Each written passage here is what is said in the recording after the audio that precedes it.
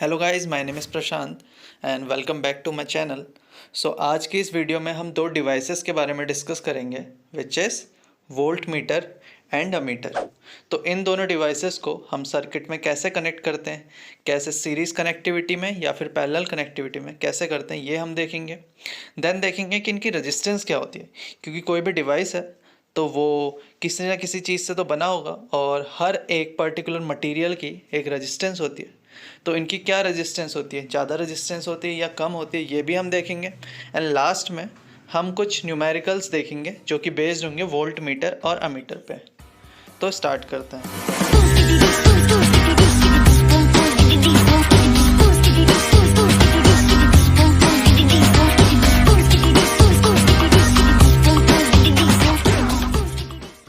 आज की इस वीडियो में हम डिस्कस करने वाले हैं अमीटर एंड वोल्ट मीटर।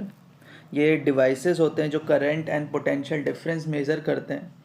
ठीक है, इनको कैसे फॉर्म करते हैं, कैसे इनको बनाते हैं, इनका क्या प्रिंसिपल होता है, ये सब हम इसमें डिस्कस नहीं करेंगे, क्योंकि इसमें इस चैप्टर में इनके क्वेश्चन है कि अमीटर में कितनी रीडिंग आपको देखने को मिलेगी या वोल्ट मीटर में कितनी रीडिंग आपको देखने को मिलेगी। इस टाइप के क्वेश्चन है, तो थोड़ा बेसिक आइडिया इनका होना चाहिए, इसलिए हम इनको देख रहे हैं। ठीक है, तो पहले बात करते हैं अमीटर की। देखिए, क्लास 10th में भी पढ़ा होगा, अमीटर एक ऐसा डिवाइस होता है जो करंट मेज़र करता है किसी भी सर्किट में, और हमेशा सर्किट में सीरीज़ में लगा होता है। अब इसका क्या मतलब है, अगर सपोज ये एक बैटरी है जो मैंने सर्किट में पुट करी हुई है, ये एक रजिस्टर है जिसका रजिस्टेंस R है। ठीक है, ये सर्किट में लगा हुआ है। अब अगर मेरे से पूछा जाए कि इसमें कितना करंट पास हो रहा होगा, तो मैं एक डिवाइस लूँगा जिसका नाम होगा अमीटर, जिसका साइन होता है इस तरह से दिखाते हैं, बीच में ए लगाया होता है। इसको उस रेजिस्टेंस के सीरीज़ में लगा दूंगा या उस सर्किट के सीरीज़ में लगा दूंगा, तो मेरे को पता चल जाएगा कि इस ब्रांच में कितना करंट जा रहा है। ठीक है, अगर मेरे पास सपोज दो रजिस्टर है, ये एक रजिस्टर है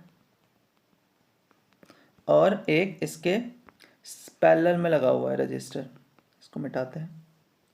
अब यहाँ पे एक पैरेलल में लगा हुआ है रजिस्टर। अगर मुझसे पूछा कि जो ये वाली ब्रांच है ए बी ब्रांच, ये वाली ब्रांच है, इसमें कितना करंट जा रहा है, तो मेरे को अमीटर कहाँ पे पुट करना चाहिए, आप खुद सोचिए। तो उस टाइम पे मेरे को अमीटर पुट करना चाहिए यहाँ पे। ठीक है, क्योंकि करंट जो इसमें आ रहा है इस सर्किट में, ये वाले ए बी ब्रांच के अंदर, वो कहीं यहाँ से आएगा, तो अमीटर यहाँ पे पुट करा। अब अगर मुझसे बोला होता ए सी बी ब्रांच में, इस ब्रांच में कितना करंट आ रहा है, तो उस टाइम पे मैं अमीटर पुट करता कहीं ना कहीं यहाँ पे। ठीक है, और अगर पूछा होता कि पूरे सर्किट में कितना करंट आ रहा है, तो उस टाइम पे मैं अमीटर पुट करता कहीं ना कहीं यहाँ पे। ठीक है, ये चीज़ समझ में आ गया कि सर्किट में अमीटर कैसे पुट करा जाता है, जिस तरह रिक्वायरमेंट होती है। ठीक है, अब हम समझते हैं वोल्ट मीटर का यूज़। देखिए, पोटेंशियल डिफरेंस मेज़र करने के लिए वोल्ट मीटर को यूज़ कर रहे हैं। ठीक है, पोटेंशियल डिफरेंस किसी दो पॉइंट्स के बीच का होता है, तो यानी कि वोल्ट मीटर भी दो पॉइंट्स के बीच में लगाना पड़ेगा। ठीक है, जैसे सर्किट है और अगर मुझसे पूछा ये एक रजिस्टर है जिसकी रेजिस्टेंस R है। अब अगर मेरे से पूछा कि पॉइंट ए और पॉइंट बी के बीच में कितनी पोटेंशियल डिफरेंस है, ये फाइंड आउट करनी है, तो मैं वोल्ट मीटर इन दो पॉइंट्स के बीच में लगाऊंगा। तो अब देखिए, वोल्ट मीटर हमने सर्किट से कैसे कनेक्ट किया, जहाँ की पोटेंशियल डिफरेंस फाइंड आउट करनी है उसके पैरेलल में लगा दिया हमने। ठीक है, तो वोल्ट मीटर हमेशा पैरेलल लगता है और अमीटर हमेशा सीरीज में लगता है। अब हम डिस्कस करेंगे कि अमीटर का अगर फॉर्मेशन हो रहा है तो उसकी रेजिस्टेंस कितनी होनी चाहिए, ये सब डिस्कस करेंगे। फिर वोल्ट मीटर हम देखेंगे कि वोल्ट मीटर के अंदर रेजिस्टेंस कितनी होनी चाहिए। ठीक है, तो चलते हैं। तो अब हम देखने वाले हैं अमीटर को और समझने वाले हैं कि एक अमीटर की रेजिस्टेंस कितनी होनी चाहिए, क्या काफ़ी ज़्यादा होनी चाहिए, काफ़ी कम होनी चाहिए। ठीक है, अमीटर मैंने बताया था कि हम यूज़ करते हैं करंट को मेज़र करने के लिए और इसको सर्किट में पुट करते हैं सीरीज़ में। तो इसको समझने के लिए एक एग्जांपल लेते हैं, एक सर्किट बनाते हैं।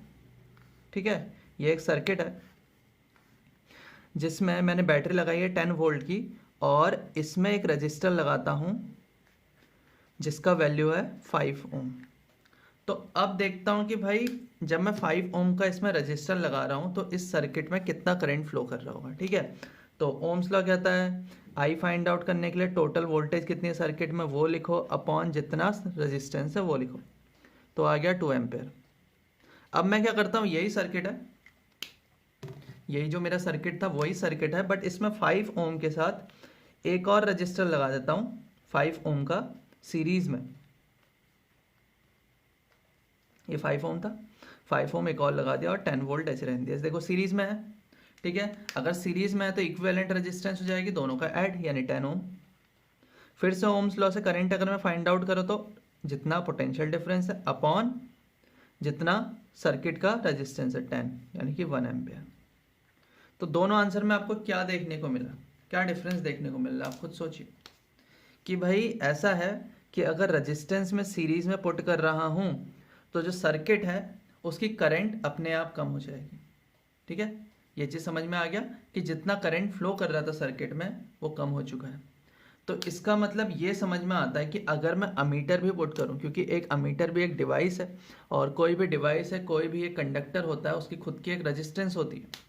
ठीक है, अमीटर हम यूज़ ही इसलिए कर रहे हैं कि मैं करंट मेज़र करूं सर्किट की, लेकिन जैसे ही मैं अमीटर पुट करूंगा तो करंट कहीं ना कहीं कम हो जाएगा, और वो कम किस पे होगा, वो डिपेंड करेगा उसकी रेजिस्टेंस पे। अब देखो, क्योंकि आई का फॉर्मूला होता है V/R, ठीक है, सर्किट की रेजिस्टेंस R है, अमीटर की रेजिस्टेंस अगर मैं स्मॉल r से रिप्रेजेंट करूं तो देखो अगर अमीटर की रेजिस्टेंस बढ़ती है तो जो I की वैल्यू है, ठीक है, ये जो I की वैल्यू है वो ज़्यादा कम हो जाएगी, जितनी होनी चाहिए थी सर्किट में उससे कम हो जाएगी। लेकिन R की वैल्यू अगर बहुत कम है तो I में ज़्यादा कोई इम्पैक्ट पड़ेगा, बिल्कुल नहीं पड़ेगा।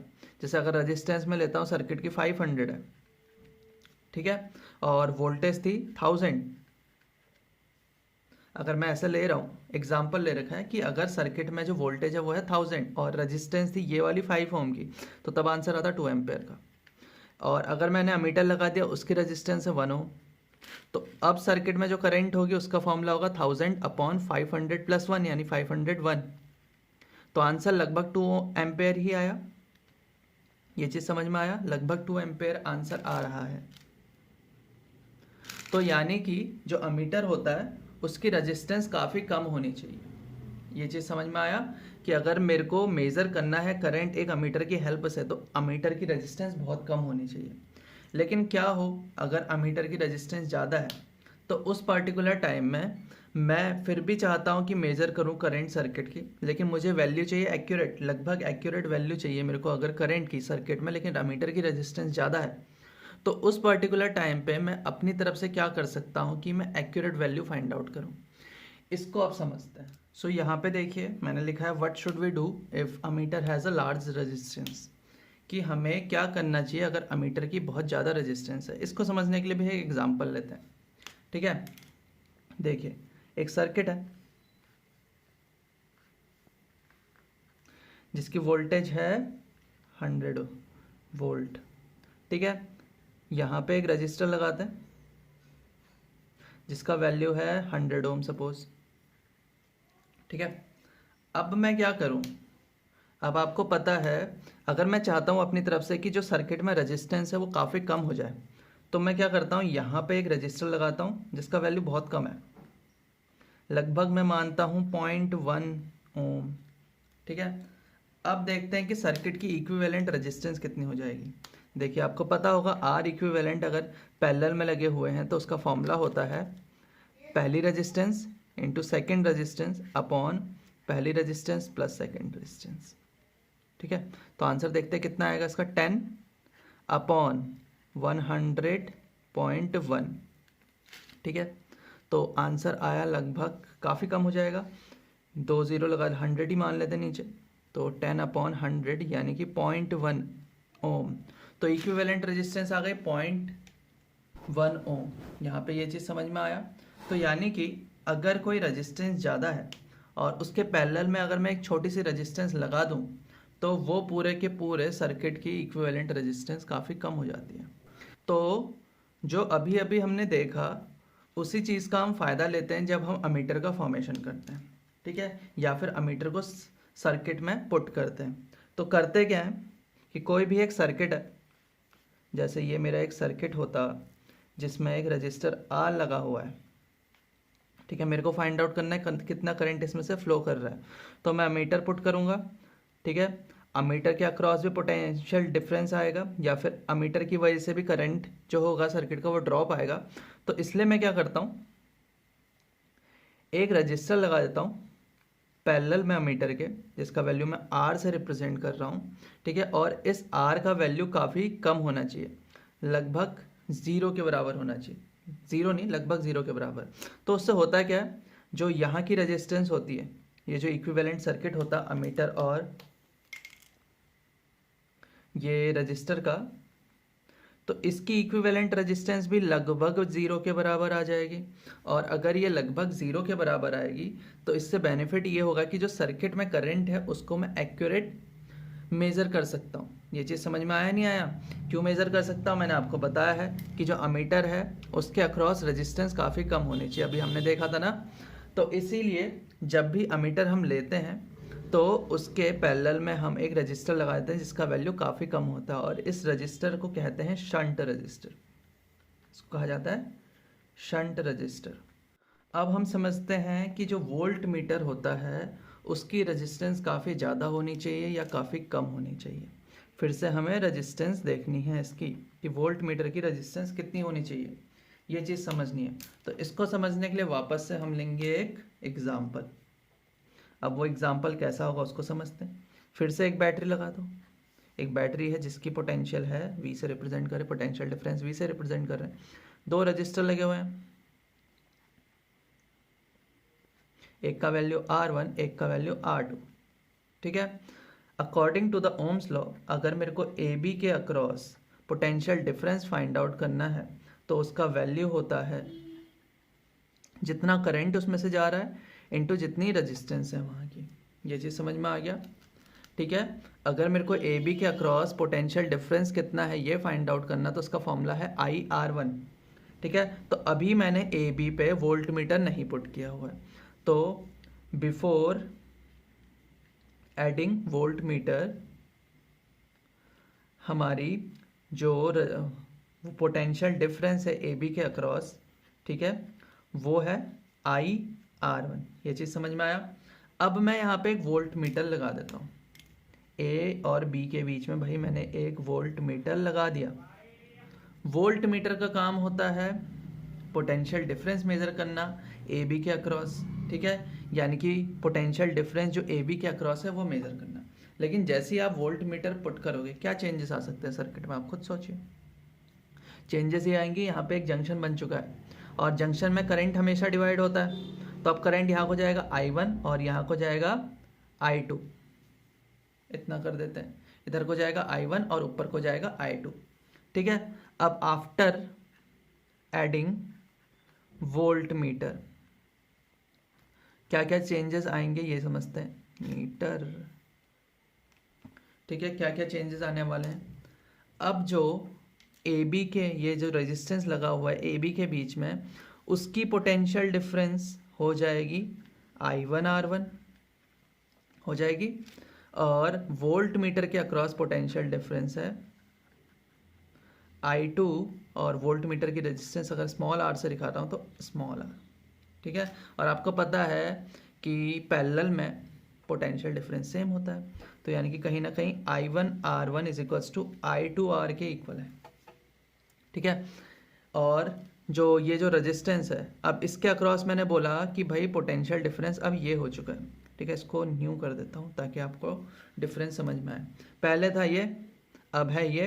देखो दोनों में क्या चेंजेस आए, R1 तो दोनों में सेम है, इसमें थी करंट पहले I, अब जा रही है I1, ठीक है। और अब देखते हैं कि I बड़ा है या I1 बड़ा है। I जो है वो आगे जाके डिवाइड हो रही है I2 और I1 में, तो इसका मतलब I1 कहीं ना कहीं छोटा है I से। ये चीज़ समझ में आया नहीं आया? I कहीं ना कहीं छोटा है I1 से, क्योंकि according to the junction law I1 का वैल्यू होगा I माइनस I2।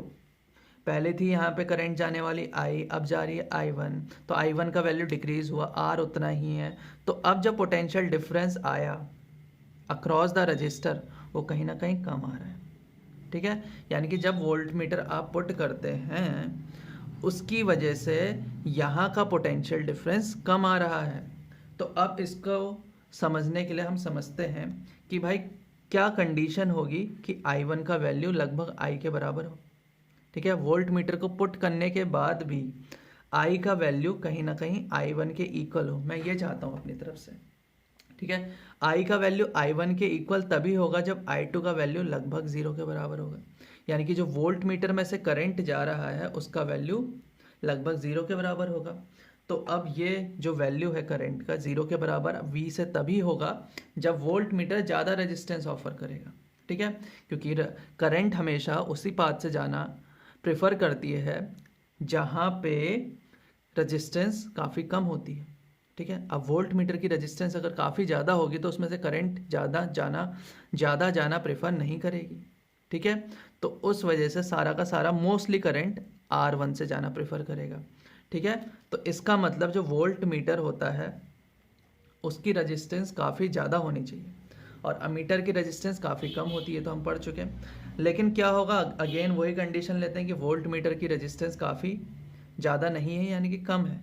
तो उस केस में हम अपनी तरफ से क्या करें कि एक्यूरेट वैल्यू आए, एरर कम आए। तो भाई वही सर्किट वापस से करिए, इसमें तो कुछ अलग से समझना नहीं है। सर्किट लो वापस से, ये मैं एक सर्किट ले रहा हूँ। ठीक है, फाइंड आउट करनी है रेजिस्टेंस के अक्रॉस पोटेंशियल डिफरेंस। ठीक है, ये R2, यहाँ पे एक वोल्ट मीटर लगाओ और वोल्ट मीटर के सीरीज में एक रेजिस्टेंस लगा दो। ठीक है, एक रेजिस्टेंस लगा दो वोल्ट मीटर के अक्रॉस, सॉरी सीरीज में। तो उससे होगा क्या, आपको पता है सीरीज में रेजिस्टेंस ऐड हो जाती है और इस रेजिस्टेंस की वैल्यू अगर काफ़ी ज़्यादा है तो करंट ऑब्वियसली यहाँ से जाना कम प्रेफर करेगा। तो वही चीज़ है कि वोल्ट मीटर की अगर रेजिस्टेंस कम है तो कोई दिक्कत नहीं है, सीरीज़ में एक और रेजिस्टेंस लगा दो जिसकी वैल्यू काफ़ी ज़्यादा हो। तो एक सीरीज रेजिस्टेंस पुट करनी होती है जिसकी वैल्यू काफ़ी ज़्यादा होती है। तो इस वजह से ये जो वोल्ट मीटर की साइड है यहाँ से करंट वापस से कम जाएगा, R1 से प्रेफर करेगा, तो पोटेंशियल डिफरेंस में 0 एरर आएगा या फिर बहुत कम एरर आएगा। अब कुछ क्वेश्चन देखेंगे which is going to depend on ammeter and volt meter, और जो सीरीज रेजिस्टेंस या शंट रेजिस्टेंस लगाना है उस पर भी डिपेंड करेंगे। So question is the ammeter shown in figure consist of a 480 ohm coil connected in parallel to a 20 ohm shunt, find the reading of the ammeter. तो देखिए कुछ इस तरीके का डायग्राम दिया है जिसमें एक बैटरी लगी 20 ओम वोल्ट की, एक रजिस्टर है 140.8 ओम का। ठीक है, एक अमीटर है जिसकी रेजिस्टेंस है 480 ओम और साथ ही साथ उसके पैरेलल में एक शंट लगाया हुआ है जिसका रेजिस्टेंस है 20 ओम। फाइंड आउट करना है कि रीडिंग कितनी आएगी अमीटर के अंदर। तो ठीक है, रीडिंग उतनी आएगी जितना करंट है सर्किट के अंदर, उतनी तो रीडिंग आएगी। ठीक है, तो ये रहा अमीटर और उसके पैरेलल में लगाया हमने शंट। तो पहले देखते हैं कि भाई जो अमीटर है उसकी इक्विवेलेंट रेजिस्टेंस कितनी है। ठीक है, अमीटर की इक्विवेलेंट रेजिस्टेंस होगी पहला register which is 480 into shunt की रेजिस्टेंस अपॉन 20 + 480, पैरेलल में ऐसे निकाला जाता है। तो आंसर आ जाएगा 19.2 ओम। कैलकुलेट करना इतना ही आएगा। ठीक है, अब यानी कि अब जो अमीटर है इसकी इक्विवेलेंट रेजिस्टेंस है 19.2 ओम और ये 19.2 ओम 140.8 ओम के लगा हुआ है सीरीज में। तो सर्किट की आर इक्विवेलेंट है 140.8 + 19.2 यानी कि 160 ओम। ठीक है, सर्किट में है 20 वोल्ट का पोटेंशियल डिफरेंस, इक्विवेलेंट रेजिस्टेंस है 160 ओम की। तो according to the Ohm's law formula हो जाएगा V/R यानी कि 20/160 0.125 एम्पेयर। तो इतना ही करंट बताएगा हमारा अमीटर। नेक्स्ट क्वेश्चन है find the potential drop across the 2 resistors shown in figure. ये पहला पार्ट है। सेकंड पार्ट है a volt meter of resistance 600 ohm is used to measure the potential drop across the 300 ohm resistor, what will be the measured potential drop. तो पहले case में तो simple सा दिया हुआ है एक डायग्राम। ठीक है, ये फिगर दिया हुआ है 100 वोल्ट बैटरी की पोटेंशियल डिफरेंस है, 300 ओम और 200 ओम दोनों लगे हुए हैं सीरीज में। फाइंड आउट करना है कि पोटेंशियल ड्रॉप कितना होगा इन दोनों रजिस्टर्स के अक्रॉस। ठीक है, ये पॉइंट ए लो, ये पॉइंट बी लो, ये पॉइंट सी लो। हमें फाइंड आउट करना है VAB और VBC। तो देखो सिंपल सा है, पहले करंट फाइंड आउट कर लो। ठीक है, करंट हो जाएगा 100, पोटेंशियल डिफरेंस कितने का है 100 अपॉन रेजिस्टेंस पूरे सर्किट में 300 + 200 यानी 500। यानी कि 0.2 एम्पेयर करंट है, 0.2 एम्पेयर सर्किट के अंदर अभी पहले केस में। तो भाई पोटेंशियल ड्रॉप 300 ओम वाले सर्किट के अक्रॉस यानी कि रजिस्टर के अक्रॉस होगा, जितना इसमें से करंट जा रहा है इनटू जितना वहाँ की रेजिस्टेंस है 300 इंटू 0.2, 300 इंटू 0.2 होता है 60 वोल्ट, तो आंसर आ गया 60 वोल्ट। सिमिलरली अगले का निकाल दोगे, BC के अक्रॉस हो जाएगा 200 इंटू 0.2 यानी कि 40 वोल्ट। यह तो पहला केस था, काफ़ी इजी क्वेश्चन था। अब चलते हैं सेकंड पार्ट पे। सेकंड पार्ट में इसने बोला कि एक वोल्ट मीटर जिसका रेजिस्टेंस 600 ओम है उसको मैंने लगा दिया है 300 ओम रजिस्टर के अक्रॉस। तो मुझे फाइंड आउट करना है कि मेजर पोटेंशियल ड्रॉप कितना होगा, यानी कि VAB कितना होगा। अब तो भाई क्या करा मैंने, एक वोल्ट मीटर लिया, यहाँ पे लगा दिया। ये वोल्ट मीटर का रेजिस्टेंस है 600 ओम। तो अब देखते हैं कि सर्किट में करंट में कोई चेंज आएगा। जी बिल्कुल आएगा, क्योंकि एक रेजिस्टेंस बढ़ गया है। तो अब देखते हैं नया करंट में, अब नई करंट की वैल्यू क्या है सर्किट में, ठीक है। तो अब जो करंट है उसको मैं रिप्रेजेंट कर रहा हूँ आई न्यू से, जो वैल्यू है उसको मैं दिखाता हूँ आई न्यू से। तो देखते हैं आई न्यू कितना होता है। आई न्यू फिर से बना लेते हैं एक बार, कोई दिक्कत नहीं है। इधर तो लगा हुआ है 200 ओम, ठीक है। अब यहाँ पे जो रजिस्टर लगा था वो था 300 ओम, लेकिन साथ ही साथ उसके पैरेलल में लग गया है 600 ओम। तो यहाँ पे जब नया रजिस्टर होगा वो आर इक्विवेलेंट होगा इन दोनों का। तो आर इक्विवेलेंट यहाँ पे जो है उसका वैल्यू हो जाएगा जितनी वहाँ पे रेजिस्टेंस है पैरेलल में, 300 इंटू 600 ऐसे निकालते हैं, अपॉन 300 प्लस 600। ये आंसर आएगा 9/1800 यानी कि 200 ओम। तो अब यहाँ पे एक रजिस्टर लगा हुआ है 200 ओम का, ये चीज़ समझ में आया। पहले 300 ओम का था, लेकिन अब जैसे ही आपने वोल्ट मीटर लगाया तो दोनों का इक्विवेलेंट रेजिस्टेंस यानी 200 ओम यहाँ पे लगा हुआ है। तो अब आई न्यू कैसे आ जाएगा, जितनी वोल्टेज है 100, जितना रजिस्टेंस है 400, ठीक है। अब करंट का वैल्यू है 0.25। अब जो करंट जा रहा है वो है 0.25 का, ठीक है। अब वोल्ट मीटर वही पोटेंशियल मेज़र करेगा जो इसके अक्रॉस होगी, ठीक है, इस नए रेजिस्टेंस के अक्रॉस होगी, ठीक है। हम ज़्यादा इतना नहीं सोचें, क्योंकि देखो अगर मैं यहाँ पे देखूँ तो वापस से मेरे को भी करंट निकालना पड़ेगा। इससे बढ़िया बेनिफिट यही है कि इसके across potential difference find out कर लो, वही वोल्ट मीटर मेज़र करेगा। तो 200 ओम, ठीक है, यहाँ की रेजिस्टेंस है इनटू करंट जितना होता है, ऐसे तो पोटेंशियल ड्रॉप मेज़र किया जाता है। तो इसके अक्रॉस पोटेंशियल डिफरेंस आ गया 50 वोल्ट का, इसको कैलकुलेट कर लो तो आंसर है 50 वोल्ट। तो देखा आपने, जब मैंने यहाँ पे वोल्ट मीटर नहीं पुट किया था तो इसके अक्रॉस पोटेंशियल डिफरेंस आ रहा था 60 वोल्ट का, ठीक है। लेकिन जैसे पोटेंशियल डिफरेंस फाइंड आउट करने के लिए वोल्ट मीटर लगाया तो उसकी वजह से पोटेंशियल ड्रॉप आ गया, ठीक है। अब नया जो पोटेंशियल ड्रॉप आया AB के अक्रॉस वो आया 50 वोल्ट। क्वेश्चन देखिए, a volt meter consist of a 25 ohm coil connected in series with a 575 ohm resistor. The coil takes 10 micrometer for full scale deflection. What maximum potential difference can be measured on this volt meter. ठीक है, हमें यहाँ पे एक volt meter दिया हुआ है, ठीक है, ये एक वोल्ट मीटर है जिसकी कॉइल का रेजिस्टेंस है 25 ओम, यानी इसका खुद का रेजिस्टेंस है 25 ओम। इसके सीरीज़ में एक रजिस्टर लगाया हुआ है जिसका वैल्यू है 575 ओम, ठीक है। अब ये बोल रहा है क्वेश्चन में कि भाई ये जो कॉइल है वो फुल स्केल डिफ्लेक्शन सिर्फ 10 माइक्रो अमीटर करंट में ही दिखाएगी, यानी कि इस वोल्ट मीटर में मैक्सिमम करंट जाना चाहिए 10 माइक्रो एम्पेयर। इससे ज़्यादा जाएगा तो या तो ये फ्यूज़ हो जाएगा या फिर ये वैल्यू एक्यूरेट नहीं दिखाएगा। तो बोल रहा है what maximum potential difference can be measured on this volt metre. आपको पता है वोल्ट मीटर हमेशा 2 पॉइंट्स के अक्रॉस हम लगाते हैं, तो हम एक बैटरी लेते हैं, ठीक है, एक रजिस्टर लगाते हैं यहाँ पे, इसके अक्रॉस ही हमें रेजिस्टेंस वो volt potential difference find out करना है, तो AB। तो मैंने बोला कि इसमें से मैक्सिमम करंट जाना चाहिए 10 माइक्रो एम्पेयर, ठीक है। मैक्सिमम करंट अगर 10 माइक्रो एम्पेयर जा रहा है तो उसी टाइम पे तो मैक्सिमम पोटेंशियल डिफरेंस ही बताएगा। तो देखते हैं AB के अक्रॉस तब पोटेंशियल डिफरेंस कितना होगा। देखिए 25 ओम और 575 ओम ये दोनों रेजिस्टेंस सीरीज में लगे हुए हैं, यानी कि 600 ओम तो रेजिस्टेंस है, ठीक है। करंट है 10 माइक्रो एम्पेयर, यानी कि 10 इंटू 10⁻³ एम्पेयर, ठीक है। इतना पोटेंशियल डिफरेंस ये मैक्सिमम दिखा सकता है। तो देखते हैं कितना आंसर आता है। तो आंसर आ गया 6 वोल्ट, ठीक है। तो 6 वोल्ट मैक्सिमम ये मेजर कर सकता है।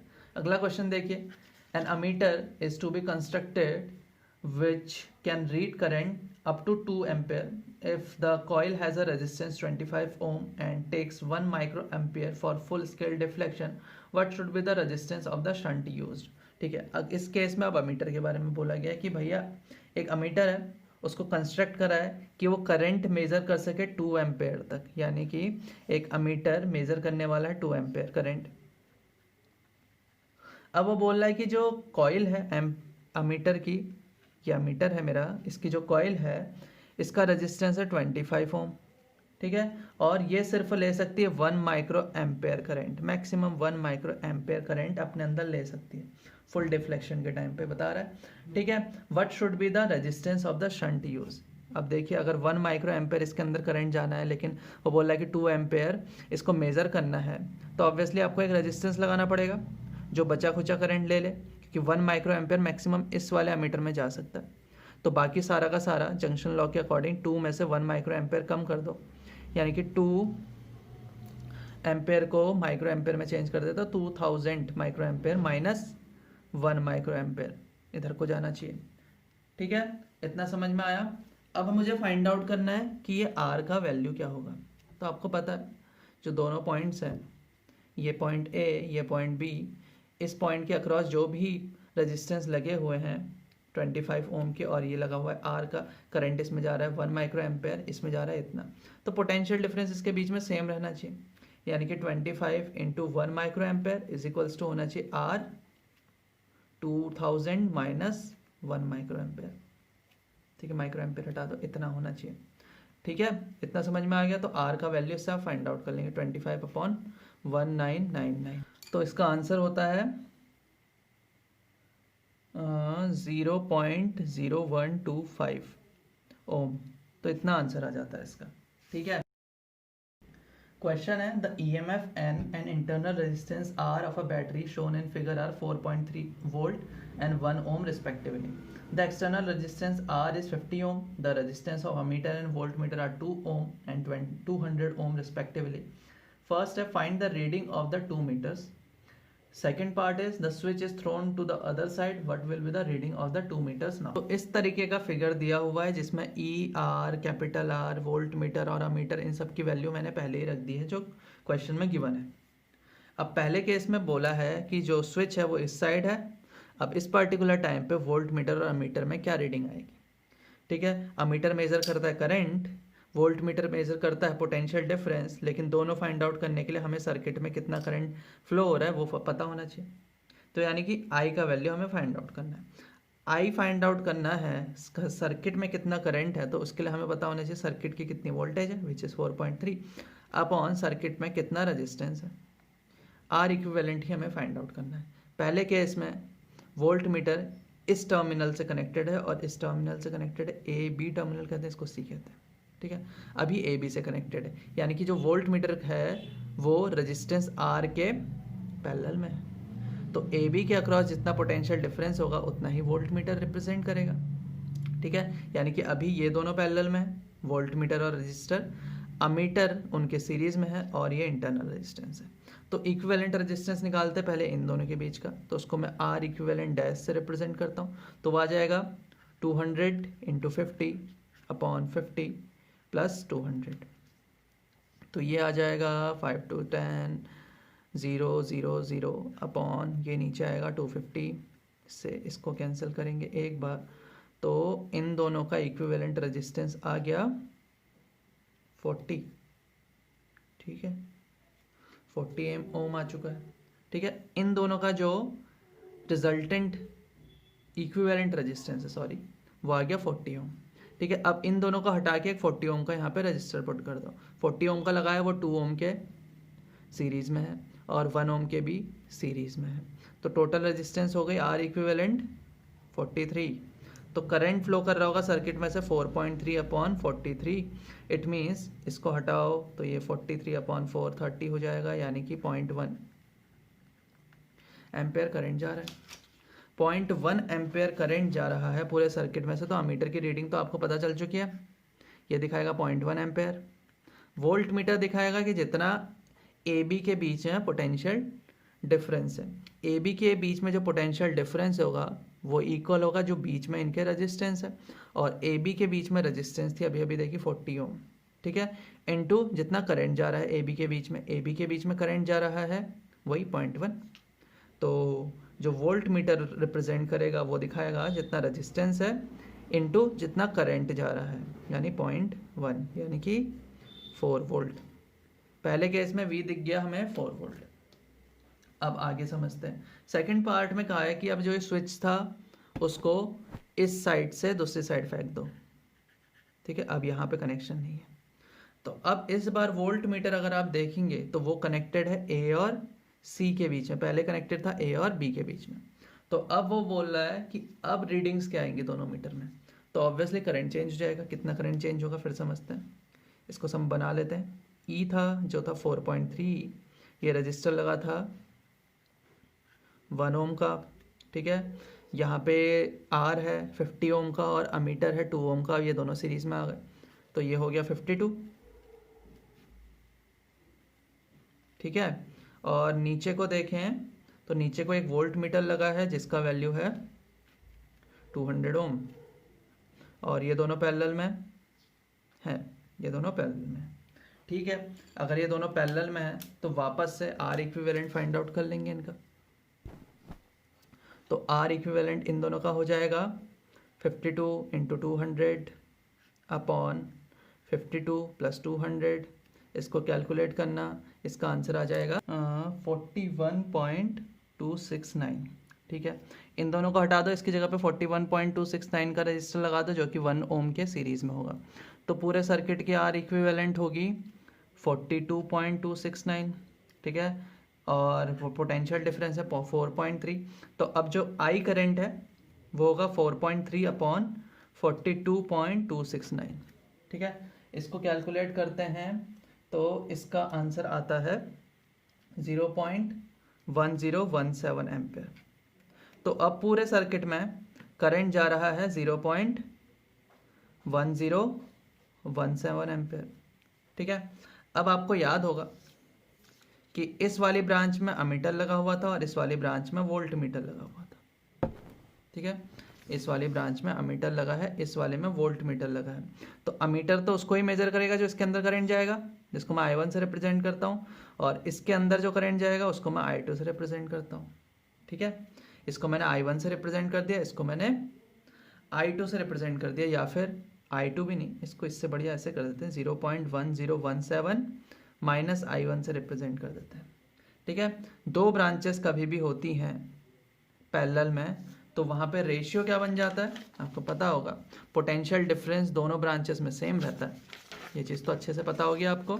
तो अगर पोटेंशियल डिफरेंस दोनों ब्रांचेस में सेम है तो यानी कि यहाँ की रेजिस्टेंस विच इज़ 52, ठीक है, ये वाली ब्रांच की रेजिस्टेंस 52 है, इनटू करंट है उसमें I1 इज इक्वल्स टू यहाँ वाली ब्रांच जहाँ का रेजिस्टेंस है 200 इंटू करंट है उसमें 0.1017 माइनस I1, ठीक है। तो इस तरह से हो जाएगा, तो हमें पता चल जाएगा कि अमीटर की तरफ को कितनी करंट जा रही है। इसको सॉल्व करना, इसको सॉल्व करके आंसर आता है 0.0807 एम्पेयर, ठीक है। मैं तो कैलकुलेटर से कर रहा हूँ, आप इसको खुद सॉल्व करना, ठीक है। इतना आ गया, तो यानी कि अमीटर वाली ब्रांच में करंट जा रहा है इतना, तो वहाँ की पोटेंशियल डिफरेंस है, यहाँ की करंट है 0.0807 एम्पेयर, ठीक है। और पोटेंशियल डिफरेंस जो वोल्ट मीटर मेज़र कर रहा होगा, इसको निकालने के दो मेथड है, ठीक है। अब वो दोनों मेथड ही समझ लेते हैं।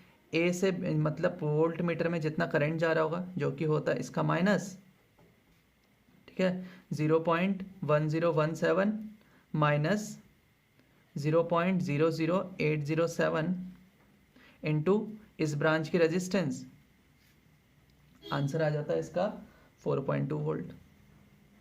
या फिर हम ए बी के बीच में जितनी रेजिस्टेंस है उसका इक्विवेलेंट रेजिस्टेंस देख लें विच इज़ 41.269 इंटू जो टोटल करंट आ रहा था इन दोनों ब्रांचेस में वो था इतना,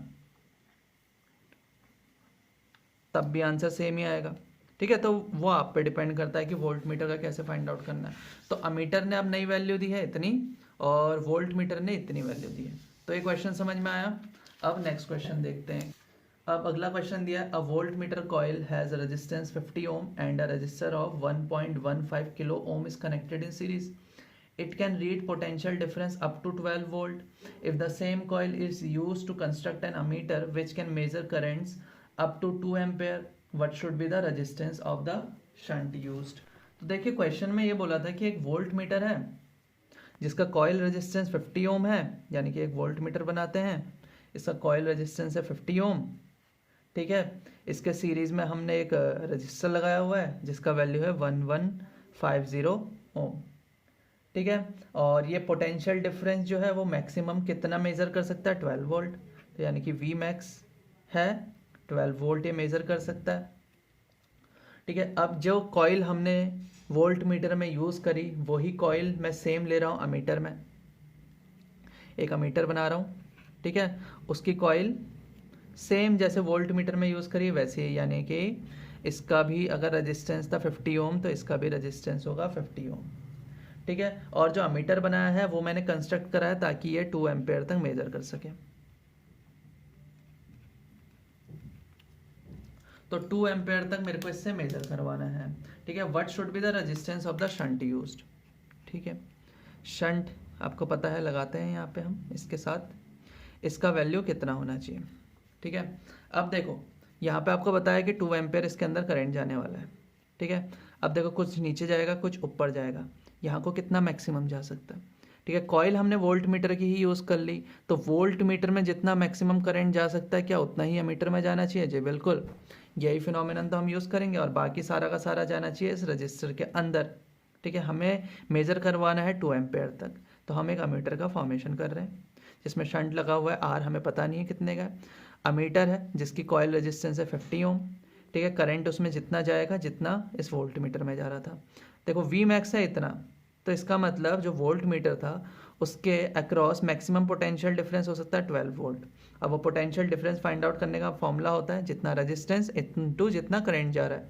रेजिस्टेंस है 50 प्लस 1150 यानी 1200 इंटू आई मैक्स, हमें निकालना है कि कितना करंट इसके अंदर जा सकता है। तो आई मैक्स आप फाइंड आउट करें तो आएगा 12/1200 यानी कि 0.01 एम्पेयर, ठीक है। 0.01 एम्पेयर इसमें करंट जा सकता है, इतना समझ में आया। तो यानी कि जो अमीटर है उसके अंदर करंट जा सकता है 0.01 एम्पेयर, तो बाकी सारा का सारा चले जाएगा इस रजिस्टर के अंदर, यानी कि 2 माइनस 0.01 एम्पेयर जा रहा है इसके अंदर। फिर से वही चीज़, ये दो टर्मिनल होंगे ए बी, इनके अक्रॉस पोटेंशियल डिफरेंस सेम होगा, इस वाले के अंदर भी इसके अंदर भी। पोटेंशियल डिफरेंस निकाला जाता है 50 यानी कि जितना रेजिस्टेंस इंटू जितना करंट जा रहा है, तो यानी कि 50 into 0.01 is equals to R 2 minus 0.01। तो आंसर आ जाएगा, इसको ऐसे रहने देते हैं, इंटू 0.01 अपॉन 2 माइनस 0.01। इसको जब सॉल्व करते हैं तो आंसर आता है 0.251 ओम, ठीक है। कैलकुलेट करना, इतना ही आंसर आएगा। तो देखिए इस तरह से इसके क्वेश्चन करने हैं, आप ट्राई करिए इसके क्वेश्चन। फिर कल नेक्स्ट वीडियो में हम देखेंगे कि एक मीटर ब्रिज क्या होता है, उसका क्या प्रिंसिपल होता है। तो फिर मिलते हैं नेक्स्ट वीडियो में, टिल देन बाय।